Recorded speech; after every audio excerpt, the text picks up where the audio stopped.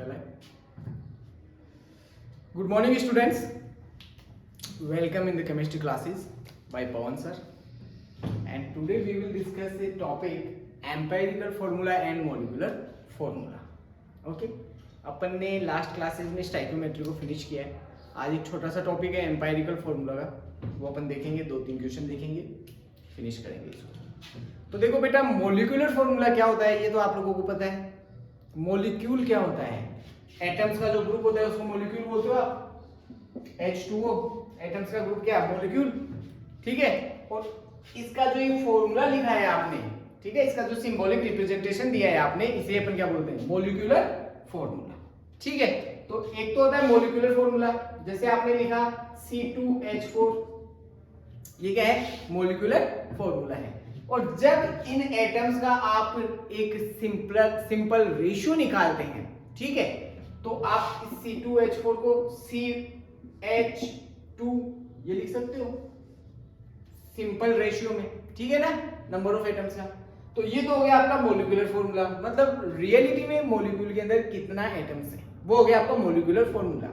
और number of atoms का जब सिंपल रेशियो निकालते हैं अपन, ठीक है, एटम्स का, तो अपन उसको बोल देते हैं क्या? Empirical formula. ठीक है. ये तो हो गया आपका मोलिकुलर फॉर्मूला और ये हो गया आपका एम्पायरिकल फॉर्मूला. किसी को कोई दिक्कत? कोई दिक्कत नहीं sir.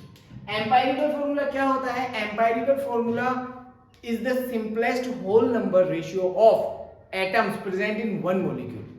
Is the simple ratio of atoms present in one molecule is called empirical formula, and molecular formula is the actual number of atoms present in one molecule is known as molecular formula. समझ आ गई बात? यहां तक किसी को कोई दिक्कत? कोई दिक्कत नहीं है सर. जैसे मान लो आपने एसिटिक एसिड लिखा, ये क्या है बेटा? ये एसिटिक एसिड है. एसिटिक एसिड का मॉलिक्यूल है, एसिटिक एसिड का मॉलिक्यूलर फॉर्मूला है. ठीक है. इसको आप ऐसे लिख सकते हो कि C2H4 and O2 लिख सकते हो? लिख सकते हैं सर. ठीक है. CH3COH को आपने क्या किया? C2H4O2 लिख दिया. ये हो गया आपका मॉलिक्यूलर फॉर्मूला. और अब इसको जब आप सिंपल रेशियो में कन्वर्ट करेंगे एटम्स को, तो आप इसको लिखोगे C1H2 and O1 CH2O. ये हो गया आपका एम्पायरिकल फॉर्मूला. ये हो गया एम्पिरिकल फॉर्मूला और ये हो गया मॉलिक्यूलर फॉर्मूला. ठीक है. तो आपको समझ में आया एम्पिरिकल फॉर्मूला क्या है, मॉलिक्यूलर फॉर्मूला क्या है? Very good. अभी थोड़ा इसका डेफिनेशन देख लेते हैं अपन. डेफिनेशन लिखने की अगर मैं बात करूं,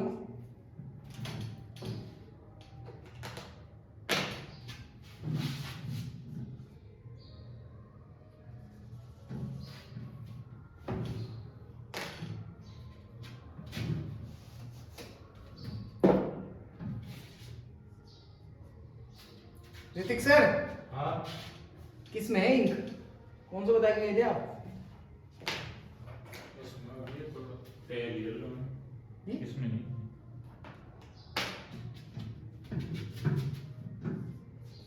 कहाँ है?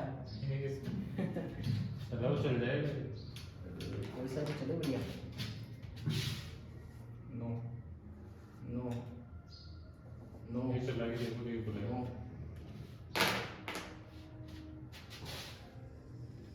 चलो इससे हो जाएगा. और ये नहीं चल रहा क्या? कोई सा नहीं चला. देखो बेटा, इसमें भी फिनिश है.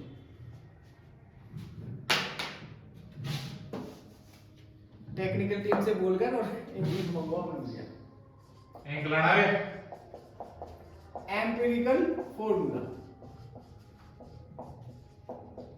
डेफिनेशन देखेंगे अपन बेटा. Empirical formula. Empirical formula, it is the simplest whole number ratio of atoms present in one molecule.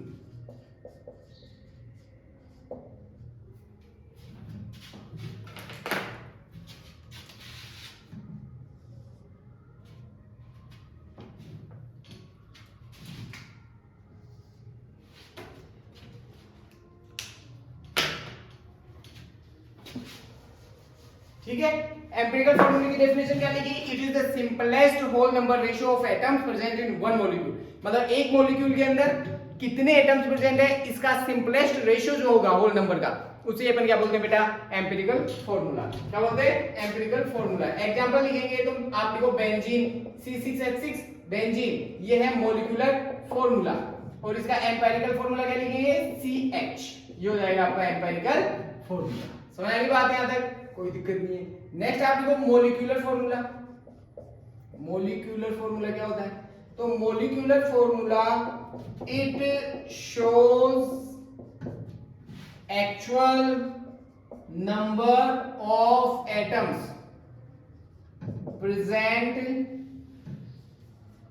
present in one molecule।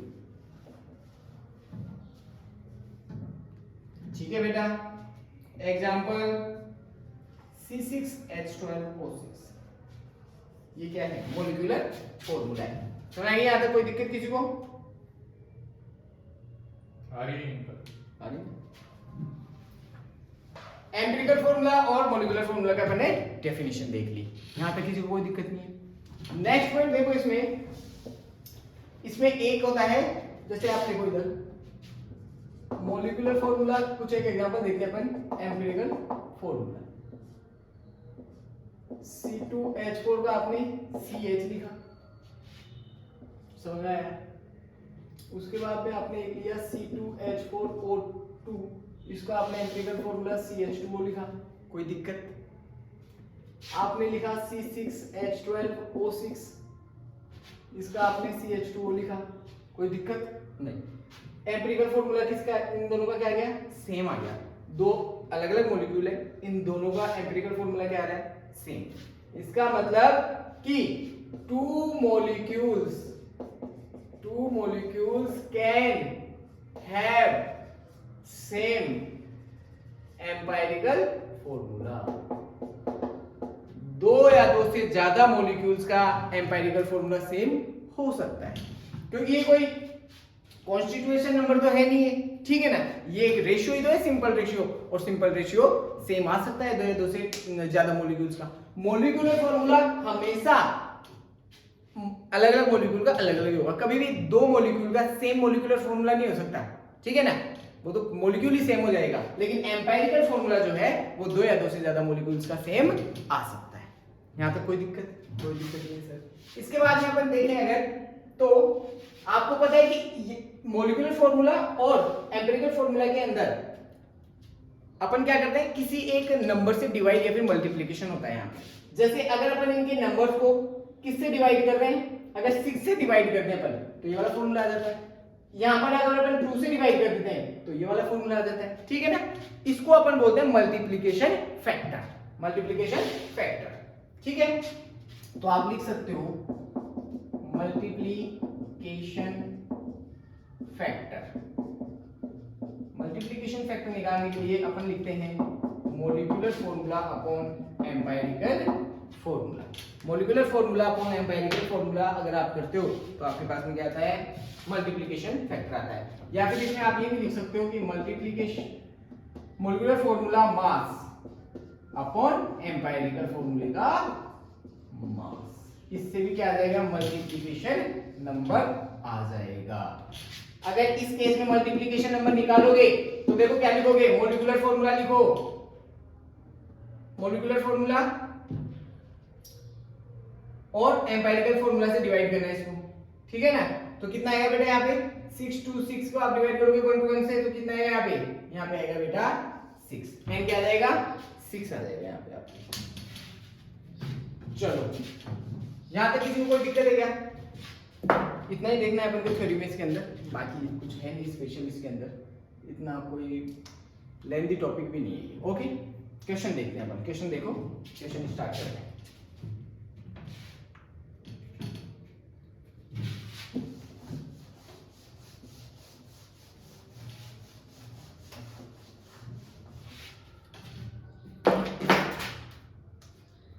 Question देखो,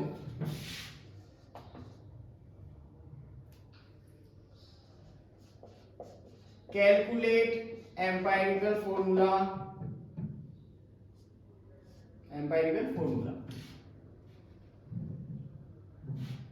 carbon, hydrogen, nitrogen, oxygen present in 24%, 16%, 32%, बचा कितना 28%।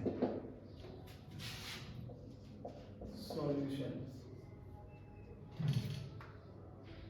देखो इधर आपको कैलकुलेट करना है एम्पायरिकल फॉर्मूला, और आपको दिया हुआ है कि कार्बन, हाइड्रोजन, नाइट्रोजन और ऑक्सीजन जो है एटम्स वो प्रेजेंट है 24%, 16%, 32% एंड 28%। मतलब कोई मॉलिक्यूल है जिसके अंदर इस परसेंटेज के अंदर carbon, hydrogen, nitrogen, oxygen present है, तो आपको उस मॉलिक्यूल का क्या निकालना है बेटा, एम्पायरिकल फॉर्मूला कैलकुलेट करना है। तो इसकी स्टेप बाय स्टेप देखो कैसे सोल्व करना है अपन को। अपन सबसे पहले लिखते हैं बेटा एलिमेंट या फिर एटम, ठीक है। उसके बाद में अपन लिखते हैं इधर परसेंटेज, या फिर मान लो परसेंटेज की जगह आपको फ्रैक्शन दिया हुआ होता, या फिर मान लो फ्रैक्शन की जगह आपको क्या है, कोई रेशियो दिया हुआ होता, रेशियो। और इसको परसेंटेज को अपन डिवाइड करते हैं किससे, एटॉमिक मास से। फिर अपन लिखते हैं simplest whole number.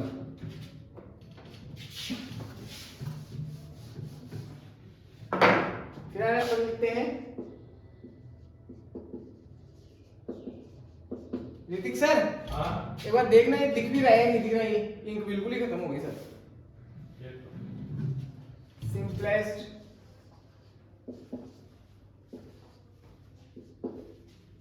Whole number. Light दिख रहा है, थोड़ा दिख तो रहा है। लाइट दिख रहा है तो वो उनसे निशान सर से फोन करके पूछो ना, यहाँ इंक खा रखी है। आ रहे हैं बराबर।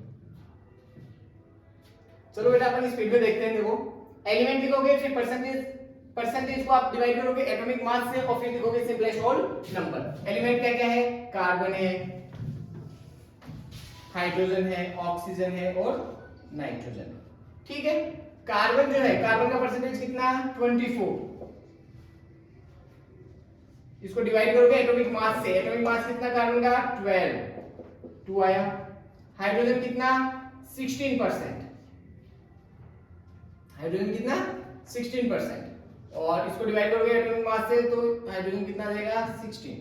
ऑक्सीजन और नाइट्रोजन, ऑक्सीजन और नाइट्रोजन, ये ऊपर जो आपको परसेंटेज दिया हुआ है ये ऑक्सीजन और नाइट्रोजन का है, ऑक्सीजन और नाइट्रोजन, ठीक है। ऑक्सीजन का परसेंटेज कितना 32, इसको डिवाइड करोगे एटॉमिक मास से कितना आएगा 2।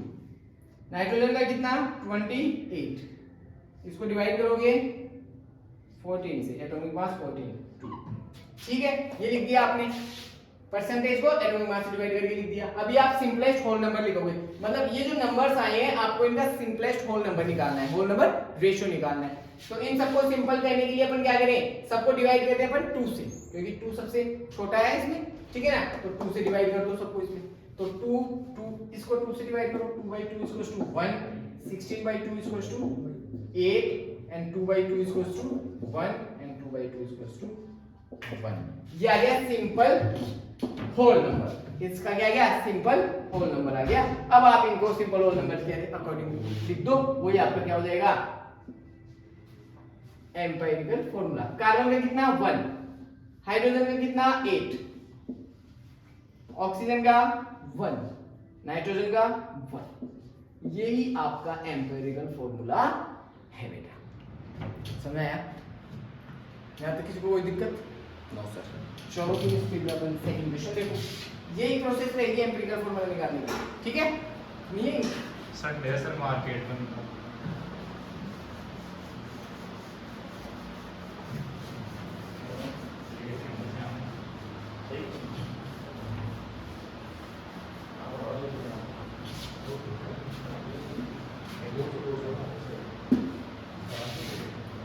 चलो नेक्स्ट क्वेश्चन देखो,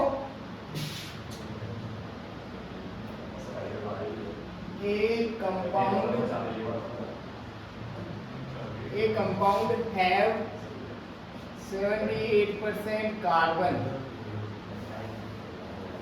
and remaining percentage of hydrogen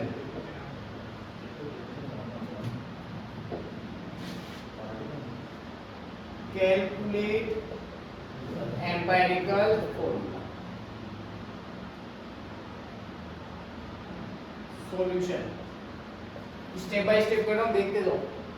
पहले पॉज करके अगर खुद सोल्व करना चाहो तो पहले खुद सोल्व करके देखो, फिर देखो आगे कैसे करना है। एलिमेंट लिखना है अपन को, एलिमेंट लिखो। एक मिनट इसके अंदर ऑप्शन हो लिखो आप। आपको ऑप्शन गिवन है, ऑप्शन गिवन है CH3, CH4 and CH2। CH3 first option, second is CH2 and third option is CH। ये ऑप्शन गिवन है, ठीक है। ठीक है, सबसे पहले लिखो एलिमेंट। एलिमेंट दो ये कार्बन है और हाइड्रोजन है। फिर लिखो आप percentage divide by atomic mass. तो परसेंटेज कितना है 78%, डिवाइड बाय एटॉमिक मास 12, कितना आएगा 6.5। हाइड्रोजन का परसेंटेज कितना दिया हुआ नहीं है, तो 100 में से 78 माइनस करोगे तो कितना बचेगा 22, मतलब रिमेनिंग परसेंटेज हाइड्रोजन का है, तो 22/1 कितना आएगा 22। ओके, ये लिख दिया। थर्ड स्टेप था सिंपलेस्ट होल नंबर निकालने का। तो सिंपलेस्ट होल नंबर निकालने के लिए अपन क्या करेंगे, 6.5 है 22, तो अपन इन दोनों को किससे डिवाइड कर दें 6.5 से। सबसे छोटा डिजिट जो होता है ना आपको उससे डिवाइड कर देना है उसको। तो इसको डिवाइड करो, 6.5 divide by 6.5 equals to 1 and 22 divided by 6.5 equals to 3.33 ये आ जाएगा, ठीक है। अभी इसको कन्वर्ट करो आप, लगभग इसको अपन क्या बोल सकते हैं बेटा 3 बोल सकते हैं। ओके, तो आपके पास में कार्बन का तो 1 आ गया और हाइड्रोजन का आ गया 3। तो एम्पिरिकल फॉर्मूला क्या आ गया, कार्बन हाइड्रोजन और हाइड्रोजन 3। ये हो गया आपका empirical formula. First option is correct option. समझ आया क्या बात? अरे ये सुनो, ओके सर, इसमें कोई दिक्कत नहीं। चलो नेक्स्ट और लास्ट क्वेश्चन देखते हैं, इससे रिलेटेड अपन।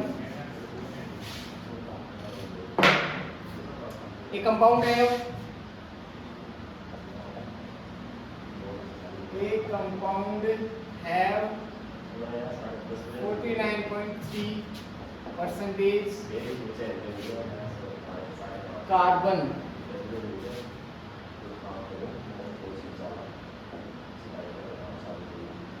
and 6.84% हाइड्रोजन, ठीक है। Vapour density, its vapor density is 73. Calculate molecular formula of compound.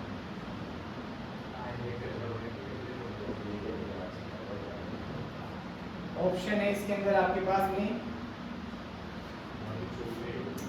C3H5O2,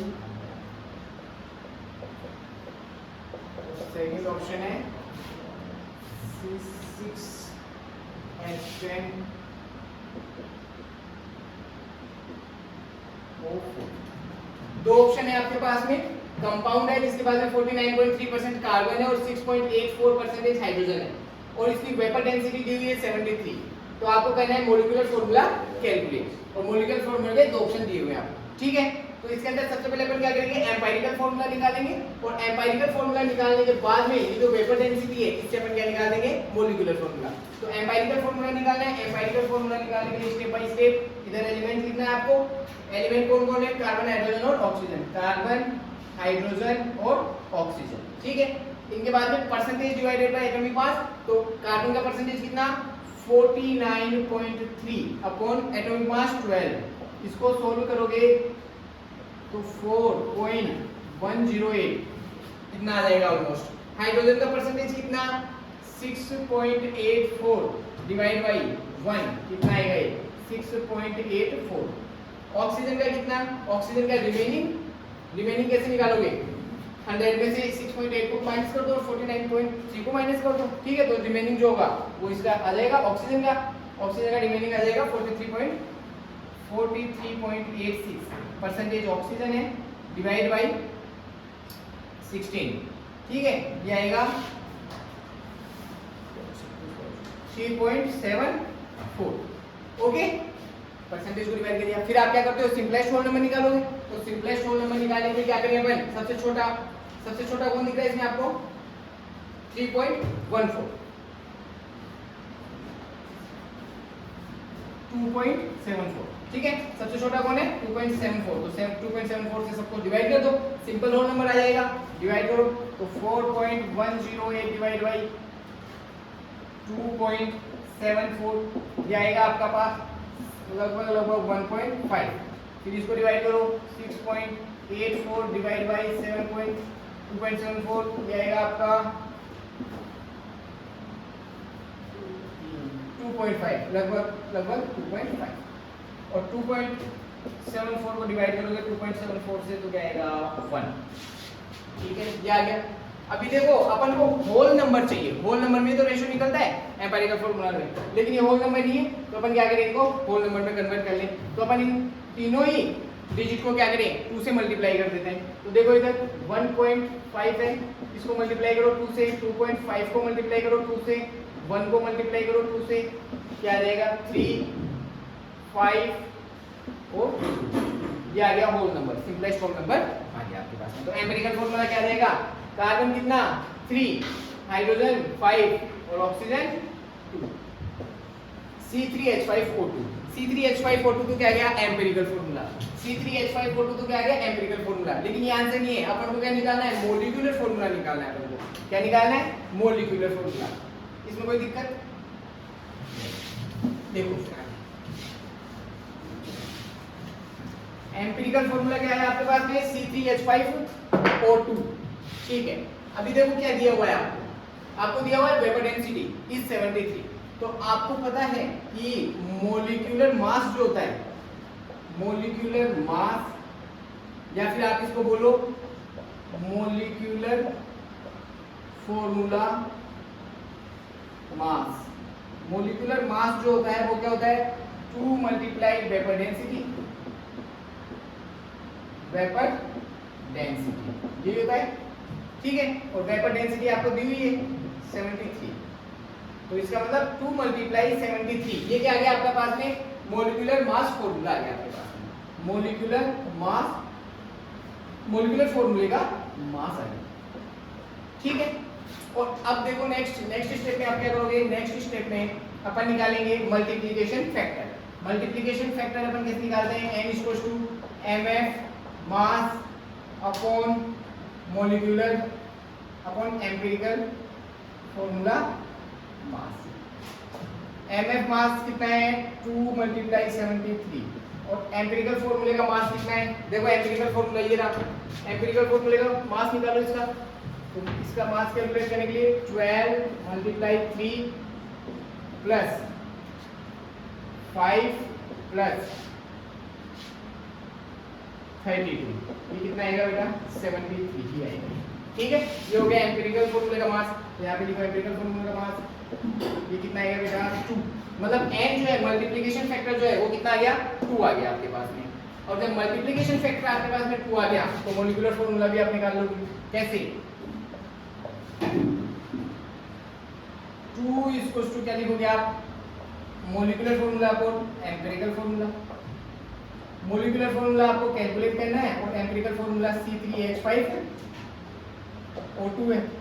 तो अब इससे आप जब आगे सोल्व करोगे तो मोलिकुलर फॉर्मूला कितना आएगा बेटा, मोलिकुलर फॉर्मूला आएगा C6H5, इसको 2 से मल्टीप्लाई करेंगे ना, C6H10O4 ये आ जाएगा आपके पास में मोलिकुलर फॉर्मूला। और ये क्वेश्चन हो जाएगा आपका सोल्व। समझ आ गई बात।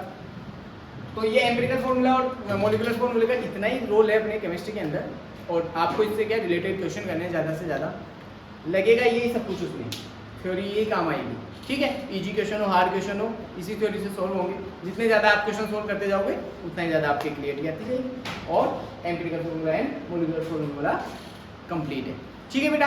नेक्स्ट वीडियो लेक्चर में मिलते हैं अपन नेक्स्ट कोई नए से टॉपिक के साथ। Thank you.